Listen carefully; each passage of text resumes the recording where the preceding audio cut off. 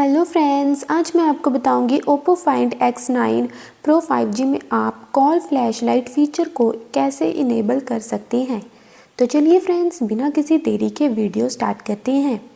तो इसके लिए आपको सबसे पहले फ़ोन के डायलर में चले जाना है। डायलर में जाने के बाद आपको ऊपर राइट साइड 3 डॉट्स पर क्लिक कर देना है और इसके बाद आपको सेटिंग्स पर क्लिक करना है। तो यहाँ पर आपको मोर सेटिंग की ऑप्शन मिल जाएगी।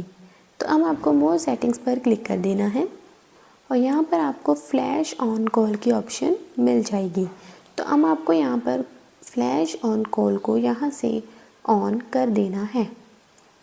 तो जैसे ही आप इसे ऑन करेंगे तो आपके फ़ोन का call flash light feature enable हो जाएगा और यहीं से आप इसे ऑफ भी कर सकते हैं। Bye bye friends.